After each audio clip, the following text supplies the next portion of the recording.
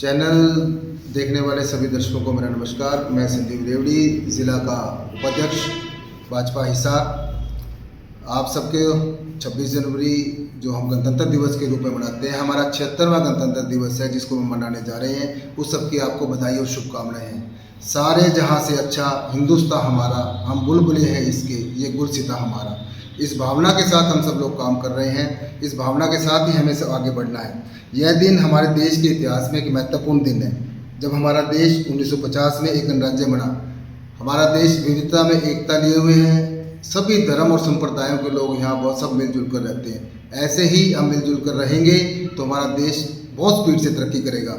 अब आदरणीय मोदी जी के नेतृत्व में देश बहुत तेज़ी से हर फील्ड में आगे बढ़ रहा है, चाहे वो इंफ्रास्ट्रक्चर का मामला हो, चाहे वो डिजिटल का मामला हो, सौर क्रांति के मामले में आगे बढ़ रहा हो, या वो बिजली के मामले में आगे बढ़ रहा हो, हर घर जल का मामला हो, लोगों को मकान देने का मामला हो, गरीब लोगों को प्लाट देने का मामला, हर मामले में देश बहुत स्पीड से तरक्की कर रहा है। तो गणतंत्र दिवस की आप सभी लोगों को बहुत बहुत शुभकामनाएं हैं। जय हिंद, जय भारत।